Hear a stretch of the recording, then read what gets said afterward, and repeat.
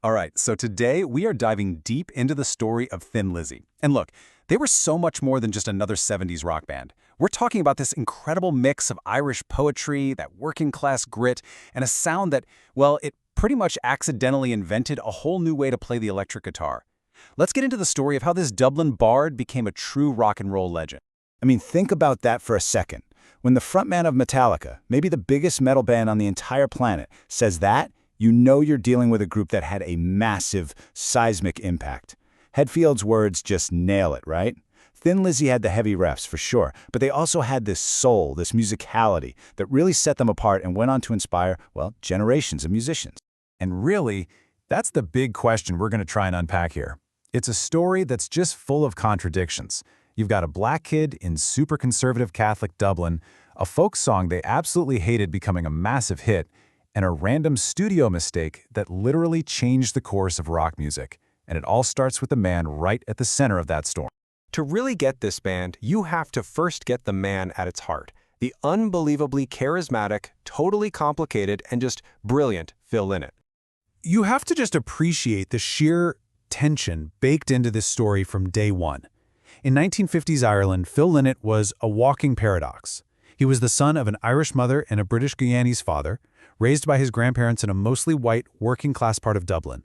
And that dual identity, being an outsider, but at the same time being so deeply, fiercely Irish, that became the wellspring for his entire artistic voice. It was everything. And he was just relentless, always pushing, always moving forward. He starts with the Black Eagles, where he first teams up with the future Lizzy drummer Brian Downey.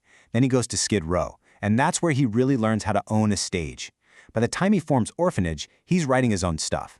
See, each band was like a stepping stone, a calculated move towards that final, legendary lineup of Thin Lizzy in late '69.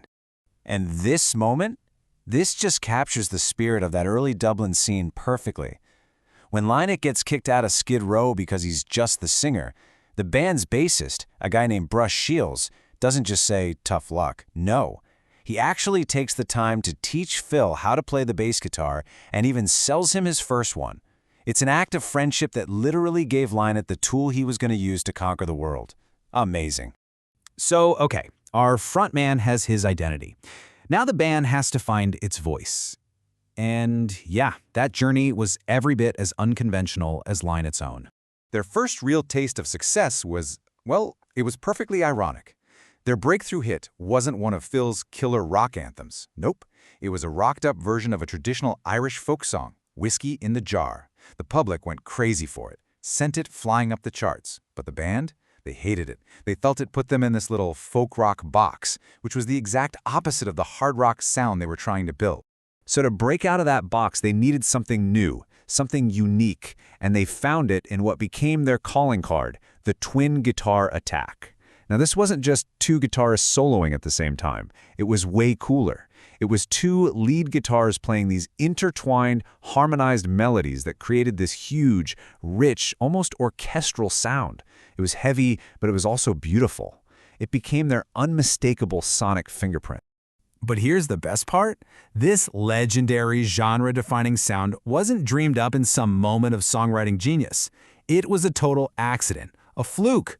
During a recording session, an engineer messed up a tape delay, which made a guitar track echo back on itself in perfect harmony. Now, most people would have just fixed the mistake, but Phil Lynott, he heard the future in that mistake. He immediately turned to his guitarist and said, "Forget the mistake, learn that." And just like that, an accident became a revolution.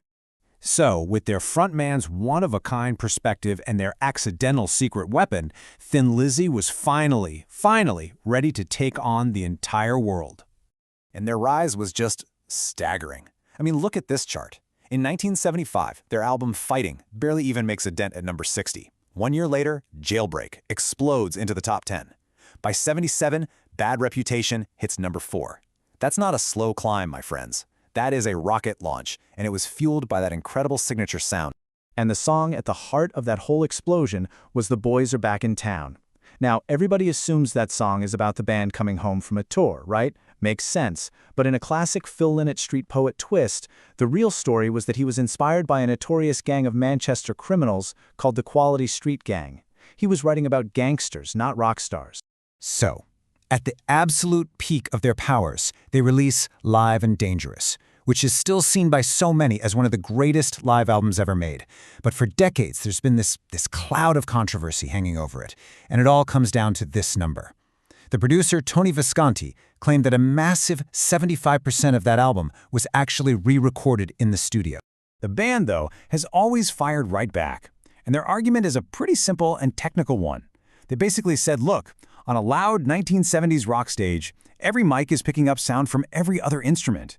They argued there's no way you could replace 75% of the tracks without it sounding like an absolute fake mess. They've always stood by it, saying that record is a real document of their incredible live energy. But the Thin Lizzy story is about so much more than just music. Back in their home country, they became this powerful symbol of unity right in the middle of the Troubles, which was a period of intense, violent conflict that was tearing Ireland apart.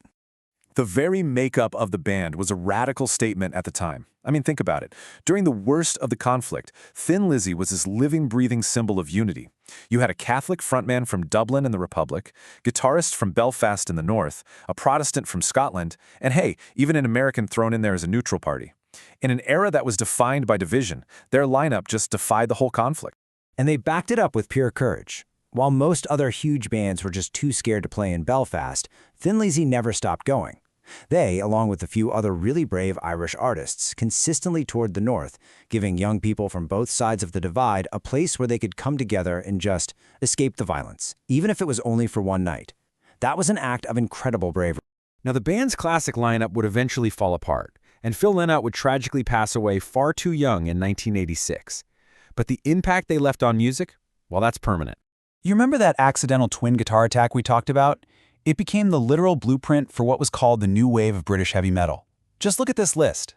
Iron Maiden, Judas Priest, Def Leppard, Metallica. I mean, all of them built their world-conquering sounds on the foundation that Thin Lizzy laid down first. They took that melodic, harmonized guitar approach and just ran with it, defining rock for the next decade. And back in his hometown, Phil Lynott isn't just a rock star anymore. He's a national icon. This amazing bronze statue stands right off Grafton Street, a permanent tribute from the city that made him. He's become part of the very fabric of Dublin, a testament to his status as the ultimate Dublin bard. So we end right back where we started, with a question. The journey from being this mixed-race kid in a conservative city to being a bronze statue in the heart of that same city is just incredible. It really forces you to think, what does it take for an artist, especially a rebellious one, to become so completely embraced by the very culture they once challenged?